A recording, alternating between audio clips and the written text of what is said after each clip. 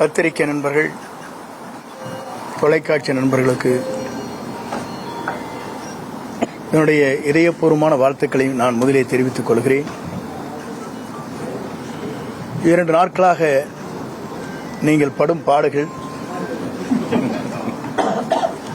எவ்வளவு கஷ்டத்தோடு உங்கள் பயணங்களை மேற்கொண்டிருக்கிறீர்கள் என்பதை நான் கண்கூடாக பார்த்தேன். எவ்வளவு இடர்பாடுகளுக்கு இடையில் என்னை பின்தொடர்ந்து வருவது எவ்வளவு கடினம் என்பதையும் தெரிந்து என்னை பல வகையிலே துரத்தி நீங்கள் பிடித்தீர்கள் என்பது எனக்கு தெரியும். அப்படி உழைக்கக்கூடியவர் நீங்கள். உங்களுக்கு வாழ்த்து சொல்வது மட்டுமல்ல, நீங்கள் எல்லோரும் நீண்ட நாட்கள் இறைவனர்களால் எல்லா சிறப்புகளும் பெற வேண்டும் என்ற வாழ்த்துக்களை நான் முதலே தெரிவித்துக் கொள்கிறேன். தொலைக்காட்சியிலே பணியாற்றுகிற நண்பர்கள், அதேபோல பத்திரிகை நண்பர்கள், ஊடகங்கள் அனைத்துமே ஒவ்வொருவருக்கொரு போட்டி போட்டுக்கொண்டு கடுமையாக உழைத்து அவர் பணியாற்றுகிற அந்த நிறுவனத்திற்கு நற்பெயரை கொண்டு வர வேண்டும் என்பதற்கு நீங்கள் உழைப்பென்பது சாலச் சிறந்ததாக மட்டுமல்ல, எல்லோரும் போற்றுகின்ற அளவிற்கு உங்கள் பணிகள் அமைந்திருக்கிறது. அதற்காக எல்லோருடைய சார்பாக என்னுடைய வாழ்த்துக்களையும் பாராட்டுதலையும் நான் தெரிவித்துக் கொள்கிறேன். இன்று அனைத்து இந்திய அண்ணா திராவிட முன்னேற்றக் கழகத்தில் புரட்சித் தலைவரால் நான் அடையாளம் காட்டப்பட்டவன். 1972 இந்த இயக்கம் துவங்குகிற போது தலைவருக்கு பின்னாலே அணிவகுக்கின்ற தொண்டர்களில் நான் ஒருவன். புரட்சித் தலைவரால் ஈர்க்கப்பட்டு 75 பொதுக்குழு கோவையிலே பிரசிடென்ட் ஹாலிலே நடைபெறுகிற போது அதற்கு முழு பொறுப்பையும் அண்ணன் அரங்கநாயகம், மணிமாறன் என்னிடத்திலே ஒப்படைத்தார்கள். அந்த பணிகளை தலைவர் பாராட்டுகின்ற அளவிற்கு அந்த பணிகளை நாங்கள் முடித்து அவர் இருக்கின்ற சத்யா ஸ்டுடியோவிலே சந்திக்கின்ற போது அவர் என்னை கட்டிப்பிடித்து தழுவி, ஒரு இளைஞராக இருக்கிற நீங்கள் இந்த பணிகளை ஆற்றியிருக்கிறீர்கள், நான் பாராட்டுகிறேன் என்று பாராட்டினார். அப்போதெல்லாம் எதிர்க்கட்சியை சார்ந்தவர்கள் சொன்னார்கள், இந்த கட்சி 100 நாட்கள் கூட நடக்காது, 100 நாட்களிலே 100 நாள் படம் என்று சொல்வார்களே, அதை போல மறைந்துவிடும் என்று சொன்னார். ஆனால் பேரறிஞர் அண்ணா அவர்களால் பாராட்டப்பட்டவர் புரட்சித் தலைவர். அண்ணா அவர் சொல்லுகிற போது, இந்த இயக்கம் இன்றைக்கு வெற்றி பெற்றிருக்கிறது, என்னை நீங்கள் காண வந்திருக்கிறீர்கள் நான் முதலமைச்சர் என்ற முறையில் என்று சொல்லி என்னை வெற்றி வைத்தவர் குண்டடி விட்டு கிடக்கிறார், அவரை பார்த்துவிட்டு வாருங்கள் என்று அண்ணாவால் அடையாளம் காட்டப்பட்டுள்ள பாராட்டுதலை பெற்றவர் புரட்சித் தலைவர். அவர் தன்னுடைய காலத்திலிருந்து அவருடைய பணிகள் என்பது 3 முறை தமிழ்நாட்டில் முதலமைச்சராக அருகிலே அமர்ந்தார். 10,000 மைலுக்கு அப்பாலே சிகிச்சை பெறுகிற போது, தமிழ்நாட்டிலே கால் வைக்கிற போது அவர்தான் தமிழ்நாட்டின் நிரந்தர முதலமைச்சர் என்ற வரலாற்றை படைத்தார். அந்த தலைவர் மறைந்ததற்கு பிறகு இயக்கம் 2 கூறுகளாக போகிற போதுதான் 1987 புரட்சித் தலைவர் அம்மாவுடைய வழியிலே நான் பயணத்தை மேற்கொண்டேன். புரட்சித் தலைவர் அம்மா அவர்களும் அவருடைய சுற்றுப்பயணமாக இருந்தாலும் சரி, பல்வேறு ஆலோசனைகள் கேட்கின்ற போது பல்வேறு நண்பர்களோடு நானும் இணைந்து அந்த பணிகளை நான் மேற்கொண்டிருக்கிறேன். புரட்சித் தலைவரால் பாராட்டுதலை பெற்றிருக்கிறேன். எம்மையுமே தன்னுடைய தலையிலே விழுகிறதென்றாலும் கூட சறுக்காமல் வழுக்காமல் இந்த இயக்கத்திற்காகவும் எனக்காகவும் தன்னை அர்ப்பணித்தவர் என்று ஒரு பெரிய கேசட்டை உங்களுக்கு தெரியும். என்னுடைய திருமணத்திலே மட்டுமல்ல, திருச்சியில் நடைபெற்ற நிகழ்ச்சியில் கூட அந்த அளவுக்கு பாராட்டினார். ஆனால் இன்றைக்கு இருக்கிற நிலைகள் வேறு. இன்றைக்கு நான் அதை சொல்வதற்கு காரணம், புரட்சித் தலைவர் அம்மா மறைவுக்கு பிறகு ஆட்சி நடத்தினோம். நடத்தியதற்கு பிறகு காலச்சூழல்களில் பல்வேறு கூறுகளாக 3 கூறுகளாக இயக்கம் பிரிந்தது. நாங்கள் அனைவரும் ஒன்றாக இணைய வேண்டும் என்ற நோக்கத்தோடு தான் நாங்கள் எல்லோரும் அந்த கருத்துக்களை வலியுறுத்தினோம். ஆனால் அந்த கருத்துக்கள் பரிமாறப்பட்டதை தவிர செயல்படுத்த இயலவில்லை. ஆகவேதான் இன்றைய சூழ்நிலையில் ஒரே ஒரு கருத்தை நான் சொல்ல விரும்புகிறேன். நான் என்று ஒருவன் நினைத்தால் ஆண்டவன் தான் என்று கண்டித்து விடுவார், பார்த்துக் கொள்வார். ஆண்டவன் தான் என்று பார்த்துக் கொள்வார். இதுதான் இன்றைய சூழ்நிலை. இறைவன் எல்லோருக்கும் மேலே இருக்கிறான். இறைவன் நம்மை கண்காணித்துக் கொண்டிருக்கிறான். ஆகவேதான் அந்த அடிப்படையில் என்னுடைய பயணங்களை மேற்கொள்கிற போது முதலே பொறுப்புகளை எடுத்தார்கள். எல்லோரும் ஒருங்கிணைக்கப்பட வேண்டும் என்று நான் தேவர் ஜெயந்திக்கு சென்று எல்லோருடையும் பேச வேண்டும் என்ற நோக்கத்தோடு தான் இந்த நிகழ்ச்சிக்கு நான் சென்றேன். சென்று திரும்பி 2 நாட்களுக்குள்ளேயே உறுப்பினர் பதவி கூட எடுத்துவிட்டார். 50 ஆண்டு கால வரலாற்றில் இந்த இயக்கத்திற்காக ஏற்றத்தாழ்வுகளை சந்தித்த எனக்கு கிடைத்த பரிசுதான் உறுப்பினர் பதவி கூட எடுக்கப்பட்டிருக்கிற நிலை இருக்கிறது. என்னோடு மட்டுமல்ல, என்னை சார்ந்தவர்களும் அந்த பதவிகளை எடுத்தார்கள். அதோடு அவர் நின்று விடவில்லை. மகேஷ் என்பவர் அவருடைய தந்தை மாமன் ஒரு விபத்திலே இறந்து விட்டார். காங்கேயத்திற்கு அருகாமையில் அவருடைய இல்லத்திற்கு சென்ற துக்கத்தை விசாரித்தவுடன், நீ ஏன் அனுமதித்தார் அவரை என்ற அடிப்படை உறுப்பிலிருந்து அவர் நீக்கப்பட்டார். துக்கத்துக்கு செல்வதே, வேதனைக்கு சென்று விசாரிப்பதே தவறு என்று அந்த இளைஞரை ஒரு பொறுப்பிலே இருக்கின்றவரை அடிப்படை உறுப்பிலிருந்து நீக்கப்பட்டது என்பது இதுவரையிலும் தமிழகத்தின் வரலாற்றில் நடைபெறாத ஒன்று என்பதை நான் அந்த நேரத்தில் சுட்டிக்காட்ட விரும்புகிறேன். அதற்கு பிறகு என்னுடைய முடிவை பொறுத்தவரையிலும் இன்றைக்கு தெளிவான முடிவுகளை மேற்கொண்டுதான் நேற்றைய தினம் சட்டமன்ற உறுப்பினருடைய பதவியை ராஜினாமா செய்துவிட்டு இன்றைக்கு கழகத்திலே, தமிழக வெற்றி கழகத்தில் நான் இணைந்திருக்கிறேன். ஏன் இங்கே இணைந்தார்கள் என்ற ஒரு கேள்வி கூட கேட்கக்கூடும். இதற்கு காரணங்கள் இருக்கிறது. இன்று திமுக வேறல்ல, அண்ணா திமுக வேறு என்பது அல்ல, உங்களுக்கு தெரியாத ஒன்றல்ல. இரண்டும் ஒன்றாக இணைந்துதான் பயணங்களை மேற்கொண்டு வருகிறார் என்பதை நாடறிந்து கொண்ட ஒன்றாக இருக்கிறது. இதை ஊடக நண்பர்களுக்கு நன்றாக தெரியும். ஏனென்று சொன்னால், நாட்டில் நடைபெறுகிற நிகழ்ச்சி தேர்தல் களத்திலே இருக்கின்ற போது ஆளுநரிடத்திலே கொடுக்கப்பட்ட மனு,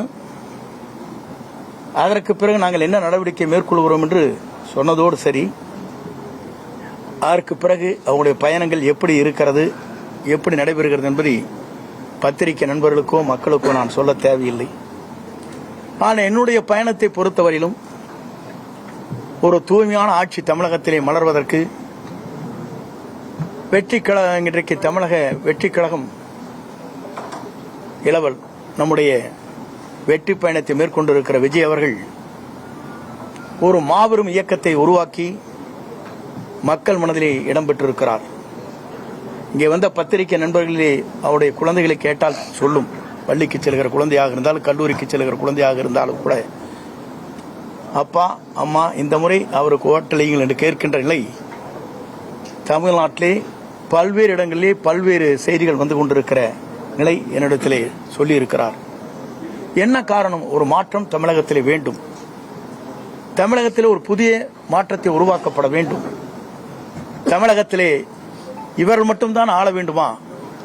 ஏன் ஒருவர் மற்றவர் நல்ல புனித ஆட்சியை நடத்துவதற்கு, ஒரு தூய்மையான ஆட்சியை நடத்துவதற்கு ஒருவர் தேவை என்ற எண்ணம் மக்கள் மனதிலே நிறைந்திருக்கிறது என்பதுதான் இந்த தமிழகம் வெற்றி கழகம் இன்றைக்கு பயணத்தை மேற்கொள்கிற போது அது வெற்றி பயணமாக நடைபெற்றுக் கொண்டிருக்கிறது.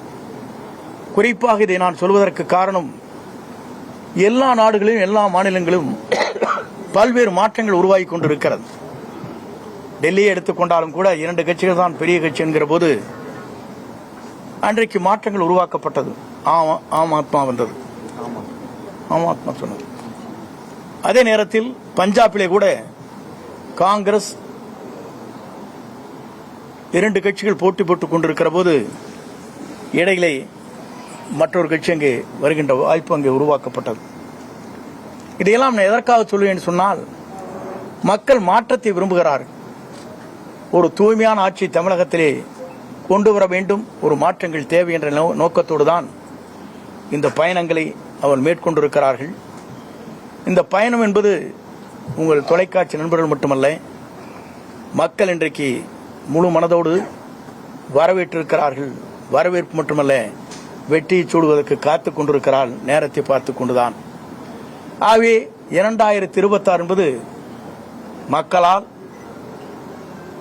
வரவேற்கப்படுகிற, மக்களால் ஏற்றுக்கொள்ளப்படுகிற, மக்களால் உருவாக்கப்படுகிற ஒரு புனித ஆட்சி தமிழகத்தில் உருவாகுவதற்கு நம்முடைய வெற்றி கழகத்துடைய தலைவர் அன்பிற்கினிய இளவல் விஜய் அவர்கள் வெற்றி பெறுவார்கள். 2026 மக்களால் மாபெரும் புரட்சி உருவாகி வெற்றி என்ற இலக்கை அவர் எட்டுவார் என்பதை மட்டும் நான் இந்த நேரத்திலே உங்களுக்கு பணிவன்போடு தெரிவித்து, வருகின்றிருக்கிற தொலைக்காட்சி நண்பர்கள், ஊடக நண்பர்களுக்கு என் வாழ்த்துக்களையும் நன்றியும் பாராட்டுதலையும் தெரிவித்துக் கொள்கிறேன். நன்றி, வணக்கம்.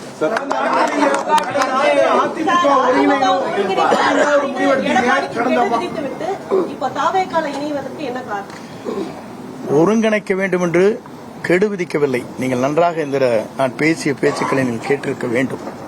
இதனை கேட்காதே நீங்களாக போட்டுவிட்டு ஹெட்லைன் போட்டுவிட்டு 5 நாட்கள் தான் அவகாசம் கொடுத்திருக்கிறார் என்று சொன்னீர்கள். அதில் முழுமையாக நீங்கள் பார்க்க வேண்டும். அப்போது தொலைக்காட்சி நண்பர் கேட்டார், 5 நாட்களுக்குள்ளே முடிக்க வேண்டுமா என்று கேட்டார். இல்லை, பேச்சுவார்த்தை துவங்க வேண்டும். 1 மாதமோ 1.5 மாத காலமோ எடுத்துக்கொள்ளுங்கள். அதில் யாரை சேர்த்தலாம், சேர்த்த வேண்டும் என்பது பொதுச் செயலாளர் முடிவு செய்யட்டும் என்று தெளிவாக சொல்லியிருக்கேன். நான் நீங்க பார்த்திருப்பீங்க நினைக்கிறேன். ஆனால் கெடு என்று போட வைத்ததே அவர்கள்தான். முதலில் தெரிந்து கொள்ள வேண்டும். என்னை வெளியேற்ற வேண்டும் நோக்கத்தோடு தான் அதை சரியான மொழி காயை நகர்த்தி விட்டார். இதுதான் உண்மை. தொலைக்காட்சியில் நான் பேசியது நீங்கள் இன்றைக்கு வேண்டுமானால் போட்டு தெரிந்து கொள்ளலாம்.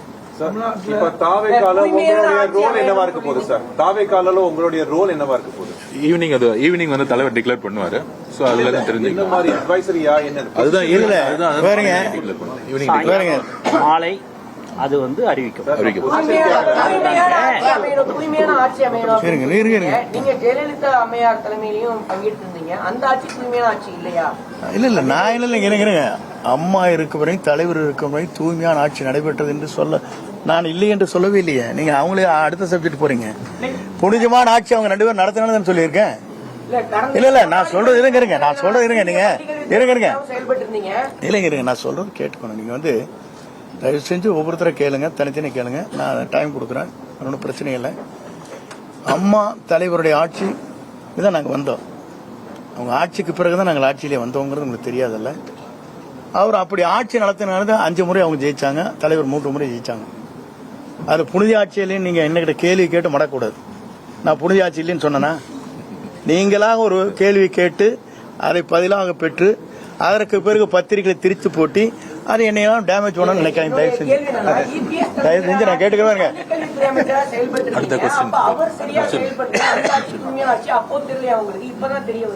இல்ல நீங்க அதுக்கு முன்னாலேயே நான் ஒரே ஒரு கேள்விக்கு தான் பதில் சொன்னேன். தூய்மையான ஆட்சி இருக்கிறதா இல்லையா என்பதற்கு கவர்னரிடத்திலே மனு கொடுத்தவர் யார்? நான் கொடுக்கல. யார் கொடுத்த? எதிர்கட்சி கொடுத்தாங்களா இல்லையா? அப்புறம் எதை கேட்கறீங்க? நீதிமன்றம் சொல்லியிருக்கு அம்மையார் ஜெயலலிதா அவர்கள் ஏவன் குற்றவாளி அப்படின்னு. அப்படி இருக்கும்போது அவரை எப்படி தமிழக வெற்றி கழகத்தில் இணைச்சுக்கிட்டீங்க? ஊழல் ஆட்சி அமையும் சொன்னீங்க. அது சார் இல்ல, ஒரே ஒரு காட்சி இருங்க. நீங்க சொல்லிட்டீங்களா? நீங்க குறுக்கேள்வி கேட்கறா எனக்கு நல்லா தெரியும். நான் சொல்லிடுறேன் உங்களுக்கு பதில். தயவு செஞ்சு உங்களுக்கு சொல்லிடுறேன். எப்படின்னா, அம்மா மீது கூற்றப்பட்டிருக்கிற குற்றச்சாட்டு வேறு, அவர் தூய்மையானவர் என்பது வழக்கு மன்றத்திலே நீங்கள் சொல்வது வேறு, அவர் நடந்து கொண்ட முறைகள் வேறு. ஒரு வழக்கை ஜோடிக்கிற போது எப்படி வேண்டுமானாலும் ஜோடிக்கலாம். உங்க பேர்ல ஜோடிக்கணும்னு நினைச்சேன்னா ஒரு அரசாங்கம் நினைச்சா என்ன வேணா பண்ணிடலாம். பண்ண முடியாதா? இல்ல அரசியலே இருங்க நான் சொல்லிடுறேங்க. நான் சொல்றது கேட்டு முடியுங்களா? ஒரு செட்டை இது பண்றது யார் பேர்ல வேணாலும் ஒரு எஸ்டிமேட் போடுறீங்க. யார் போடுறான்? இந்த பில்டிங்கோட வேல்யூ என்னன்னு போட்டா அவங்களுக்கு வந்து வேல்யூ குறைவா போட்டிருப்பாங்க. ஒருத்தர் அவங்களுக்கு வேண்டிய நண்பர்கள் இருப்பாங்க, அவங்க வந்து வேல்யூஷன் போடுவாங்க. பிடபிள்யூ ஒரு வேல்யூஷன் என்ன போடுவாங்க உங்களுக்கு தெரியாதா? உங்க நண்பர் வந்து உங்களுக்கு வந்து 100 செங்கல் அனுப்பிச்சா ஒரு நண்பர் ஒரு 100 மூட்டை சிமெண்ட் அனுப்பிச்சு உங்களுக்கு அதெல்லாம் எஸ்டிமேட்ல வருமா? ஒரு வேல்யூஷன் போடுறது பிடபிள்யூங்க. ஆனா கன்ஸ்ட்ரக்ஷன் செய்யறது வந்து அவங்க வந்து குறைந்த விலையில செய்ய முடியும். இப்ப நீங்க நிறைய தெரியும், பிடபிள்யூங்கிறது வந்து தனிப்பட்ட முறையில பூஸ்ட் பண்ணி ஒரு கவர்மெண்ட்டுக்கு இவ்வளவு எஸ்டிமேட் போடலாம்னு சொல்லுவாங்க. பாத்துருக்கீங்களா இல்லையா? வருஷம் 10% இன்க்ரீஸ் பண்ணுவாங்க. கேள்விப்பட்டிருக்கீங்களா இல்லையா? சொல்லுங்க. ஒரு நிமிஷம்.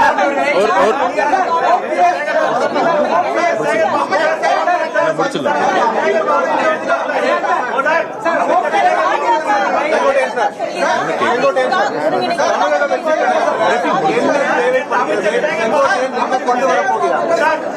ஒரு திமுகவை சேர்த்து அழைப்பு விடுத்திருந்தாருன்னு சொன்னாங்க. நீங்க என்ன சொன்னீங்க சார்? திராவிட முன்னேற்ற கழகத்தோ தேசிய கட்சிகளோ மாற்றுக் கட்சிகளோ என்னை யாரும் சந்திக்கவில்லை, சந்தித்து பேசவில்லை. உங்கள் கருத்து மட்டும்தான் பேசியதாகவும். எங்கச்சு படம் இருக்குதா? காட்டுங்க. நானும் சேகர்பாபு பேசுறேங்க. சபாநாயகர் பார்த்து கரெக்டுங்க. நானும் சேகர்பாபு பேசிருக்கேன் ஒரு படம் வந்திருக்கா? காட்டுங்க, கண்ணு காட்டுங்க. இல்ல நான் காட்டுங்க, நான் சொல்லிடுறேன் பதில். நான் யாரையுமே திராவிட முன்னேற்ற கழகமோ மாற்றுக் கட்சியோ பிஜேபியோ யாருமே என்னை அணுகவில்லை. அணுகதியாக இருந்தால் இல்ல இருங்க, சும்மா நீங்க ஏதோ சொல்லிட்டு கூடாது. நீங்க பாட்டுக்கு ஒரு கற்பனை உலகத்திலிருந்து பேசக்கூடாது. ஆகாயத்துல வந்து இருங்க நான் சொல்றதை கேளுங்க, தயவு செஞ்சு இருங்க கேளுங்க. பார்த்த மாதிரி ஒரு படம் காட்டிருங்க, நான் பதில் சொல்றேன்.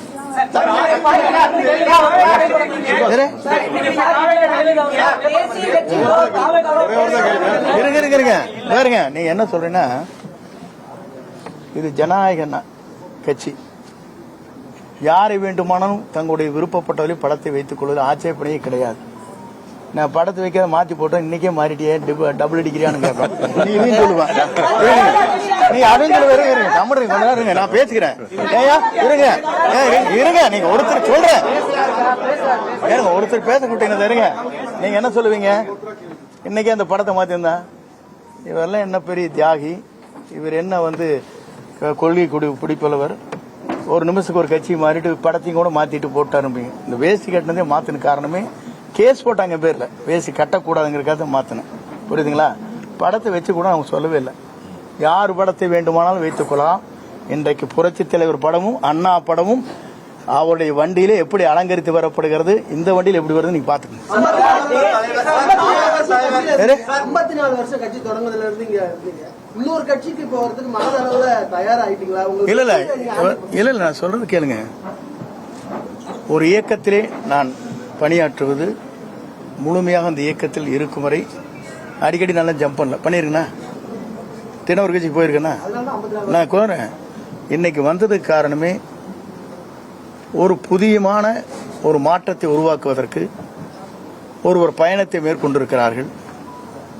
மக்கள் வரவேற்பு, மாபெரும் வரவேற்பு. நீங்க பாக்குறீங்க, உங்க டிவி காரல என்ன சொல்றாங்க சேனல்ல, எங்களுக்கு என்ன வந்திருக்கு சொல்றாங்க, 1 கோடி பேர் பாக்குறாங்க எங்க சேனலை. நாங்க அதனாலதான் 10 சேனல் போட்டு இறங்குற இடத்துலயும் எடுக்கிறோம், இருக்கிற இடத்துலயும் எடுக்கிறோம், அங்கேயும் எடுக்க. நீங்க தானே சொல்றீங்க. எனக்கு சொன்ன ஒரு ஓனர் சொல்லியிருக்காரு, 4 ஓனர் கத்துக்கிறீங்களா இல்லையா? நாங்க அதுக்குத்தான் முடிக்க உங்களுக்கு படம் எடுத்துட்டு இருக்காரு அவரை அப்படிங்கிறாங்க. 10 சேனல் போடுறாங்க. யாராச்சும் போடுறாங்களா? இறங்குற இடத்துல எடுக்கிறீங்க, ஹெலிகாப்டர்ல எடுக்கிறீங்க, ஓடுற போதும் எடுக்கிறீங்க, அங்கே நிக்கிற போது எடுக்கிறீங்க, சுத்தி எதுக்காக எடுக்கிறீங்க?